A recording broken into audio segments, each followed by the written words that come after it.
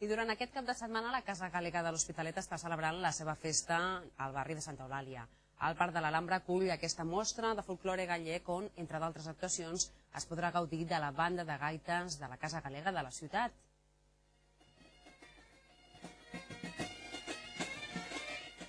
Aquesta tarda el grup ha estat assajant pel concert que oferiran demà a partir de les 8 de la tarda. La banda de gaites està constituïda per prop de 20 joves de la Casa Gàl·lega. També toquen instruments de percussió com el timbal, la pandereta o el tambor.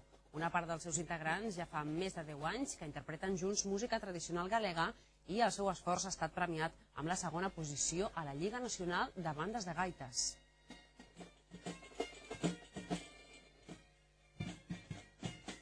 Sí, las raíces están ahí, entonces siempre todo lo que sea conservar un poco de la cultura de mis padres y poder atraer aquí a la gente que es gallega, que hay muchísima en Hospitalet sobre todo.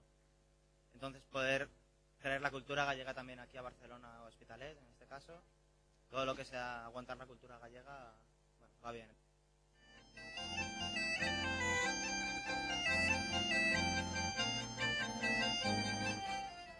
La festa va començar ahir amb l'actuació del reconegut trio de folk gallec Bahamonde, Lamas i Romero, que ha vingut expressament de Vigo. La Casa Gàl·lega es va convidar a obrir la celebració més esperada pels gallecs que viuen a l'Hospitalet. El grup combina la música tradicional, com les munyeires o els bals, amb un toc d'humor al voltant dels tòpics gallecs. Alguns assistents fins i tot es van animar a ballar.